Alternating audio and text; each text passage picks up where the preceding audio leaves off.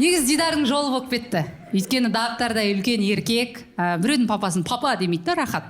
Папа дейтін адам жоқ. Бірақ мамамды мама деп атайды. Оның өзінде бір түрлі айтады ше, соны бір күні көрейін деп мен мамам үйге келген кезде мамамды шайға шақыршы деп айттым. Сөйтіп Дидар бүйтіп барды да бүйтіп қарап тұрып, ма шайға жүріңіз деді. Ма деді ма бірдеңе деді, в общем. А десе де нормально негізі ше. А шайға жүріңіз десе, естіп нормально. Оны істемей мамам құлағы онша естімейді.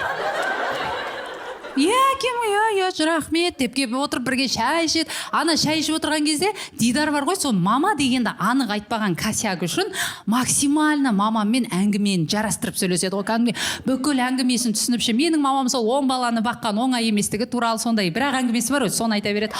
Ой, осы оларды өсіруде оңай болған жоқ, біреу қолыңда, біреу етегіңде, біреу еңбектеп жүр, қиын болды ғой десе, Дидарды көрсеңіздер, әрине оңай болған жоқ қой, 10 бала асырау деген. Как будто бір өзі 10 бала туғандай.